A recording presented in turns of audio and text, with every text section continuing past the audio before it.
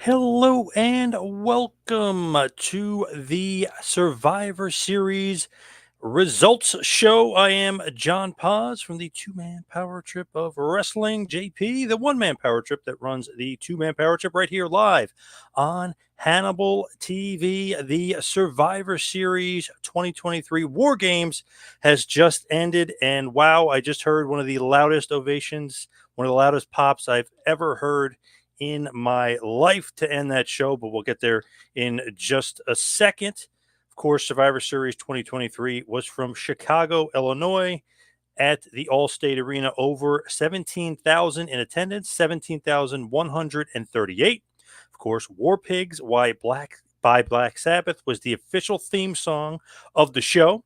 The show kicked off 4-on-4 War Games match, the women's match, Team Bianca Belair versus Damage Control. Bianca Belair, Shotzi, Becky Lynch, Charlotte versus Bailey, Io Sky, Kairi Sane, and Asuka. The winners of that match, Team Bianca. The baby faces go over as Becky pins Bailey to win that match. Just also to throw out there, that match was sponsored by Ruffles. So if you're interested in some Ruffles, you got to be loving that War Games match won by the baby faces. The second match up was the Intercontinental title match between Gunther, the ring general, and The Miz. They actually mentioned during the match that if you add up all of Miz's title runs, which I think is about 7 or 8 IC title runs, it is eclipsing Gunther's 530 days plus as champion only by about 60 days. So he's had almost as many days as a champion in one reign that Miz had in 7 or 8. So pretty amazing there. Of course, Gunther gets the win via submission by a kind of a modified lion tamer. So pretty good match there. Pretty good showing from the Miz, but of course, Gunther is keeping his reign as the longest reigning ever Intercontinental Champion. He's going to keep that going 530 days plus. Next match up, Santos Escobar versus Dragon Lee, who was replacing Carlito. Carlito was injured on a SmackDown by Santos Escobar, so that's why Dragon Lee stepped in and as the replacement, and he was replaced via Nick Aldis. If you watch SmackDown on Friday night, Santos Escobar gets the win in a pretty good match. He pins Dragon Lee. So nice little showing there from Santos Escobar, who's obviously getting the push. And Rey Mysterio is due back right around Royal Rumble time from his knee surgery. It was an MCL sprain, so it will not be taking as much time as an ACL would take. Next up, Zoe Stark versus Rhea Ripley for the Women's World title. This match, of course, is sponsored by Slim Jim. Like the nice little Easter eggs, a part of that commercial that they did with LA Knight and Slim Jim, because the Macho Man Randy Savage was nicely a part of that commercial. Pretty awesome to hear and to see the Macho Man and Slim Jim in 2023. I mean, who the hell knew Slim Jim was still hanging and banging? But that's awesome. Of course, Rhea Ripley gets the win via pinfall over Zoe Stark in this one. Next up, only 5 matches on this card, is the 5-on-5 War Games men's match, which is the main event of the evening. Team Cody Rhodes versus the Judgment Day and Drew McIntyre. Cody Rhodes, Sami Zayn, Jey Uso, Seth Rollins, and Randy Orton as their mystery guy versus Damian Priest, Finn Balor, Dominic Mysterio, JD McDonough, and Drew McIntyre. Of course, the winners of this match were the babyfaces, Cody Rhodes, Seth Rollins, Jey Uso, Sami Zayn, and Randy Orton. Cody pinned Damian Priest to get the victory in this one. That was a little unpredictable because you figure JD McDonough is the jobber of the crew. He's just going to take the loss. He's just in that match to take the loss. But that isn't the case. Damian Priest, who is the captain of this team, he took the pin and Cody got the win. So a little bit unpredictability as far as the main event was concerned, because you figured Orton would have pinned McDonough. But Randy Orton came out right as Rhea Ripley was bringing it down the briefcase for Damian Priest to cash in. And then Orton comes down, breaks that up, comes down, and obviously helps the team. He got a huge ovation and a monstrous pop and did a hell of a job. He looked pretty yoked. He looked bigger than I've ever seen him before. Obviously, 18 months off did Randy Orton very, very well. And that's not it, though. And I know a lot of people were wondering about this. Why did I say loudest ovation when I started this? Holy crap.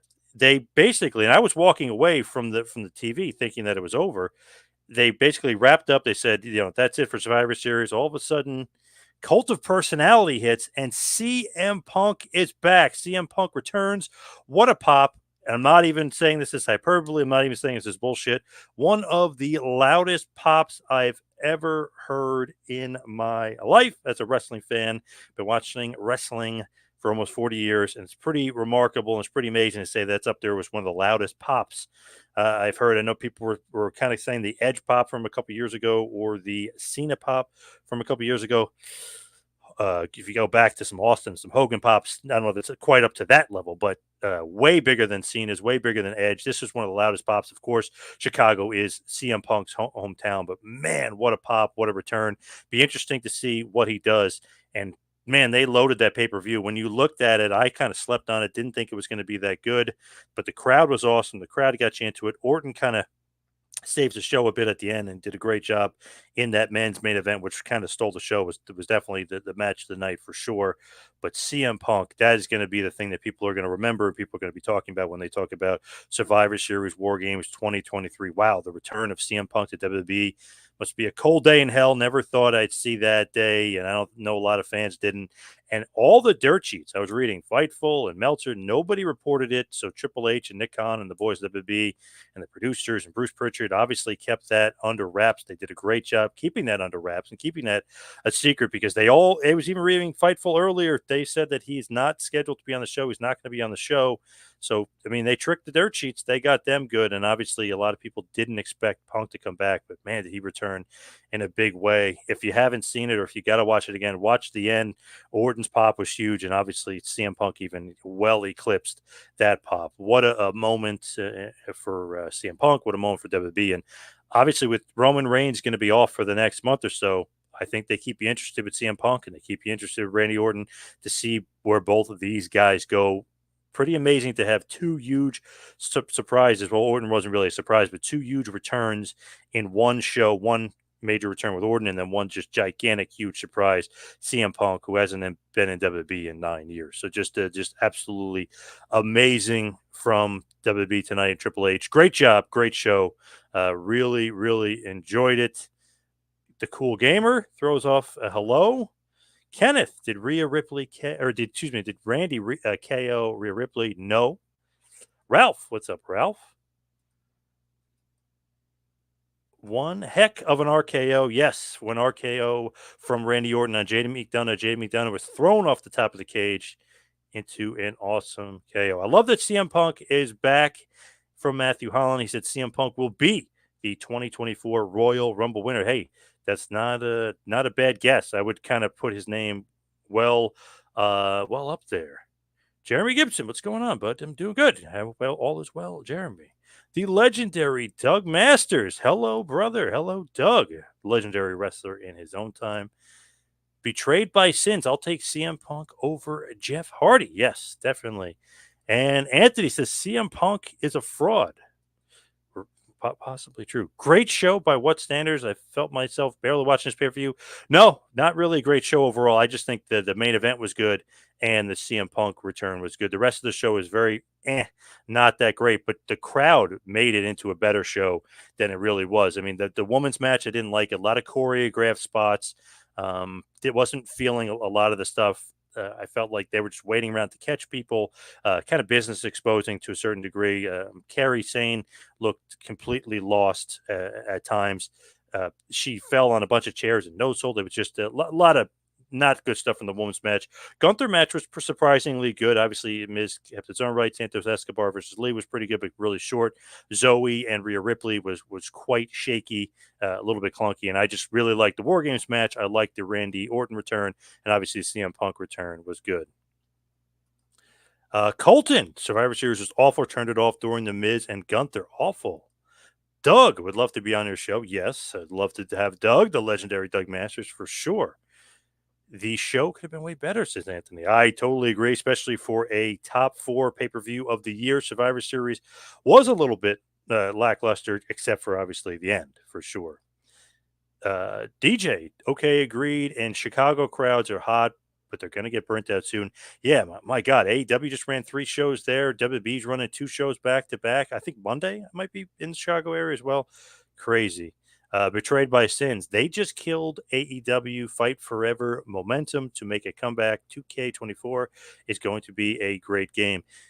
Oh, man, AEW, you lose Cody Rhodes. I know Jade Cargill could be a star for WWE. Brian Pillman Jr. down in NXT could be a star. Now CM Punk returns. AEW, not good for them at all. War Games should be its own thing. I missed the traditional match. I agree. I actually missed the top of the War Games cage as well. I know supposedly the reason is they don't want to confuse the people with the Hell in the Cell. That's why there's no top on it, but I missed that for sure. Orton was absolutely awesome, says Jeremy Gibson. I totally agree. And he looked bigger than ever. Thank God he's a part-timer because they don't test part-timers. If you remember the old Brock Lesnar story from a few years ago when he failed the UFC USADA testing, they don't test part-timers. So just going to throw that out there. Orton looked absolutely jacked. Triple H couldn't book a library, says DJ. I don't know. I feel like he booked the end of that show pretty good. I got to be honest. Tom, CM Punk had a huge pop. Yeah, that was freaking deafening pop.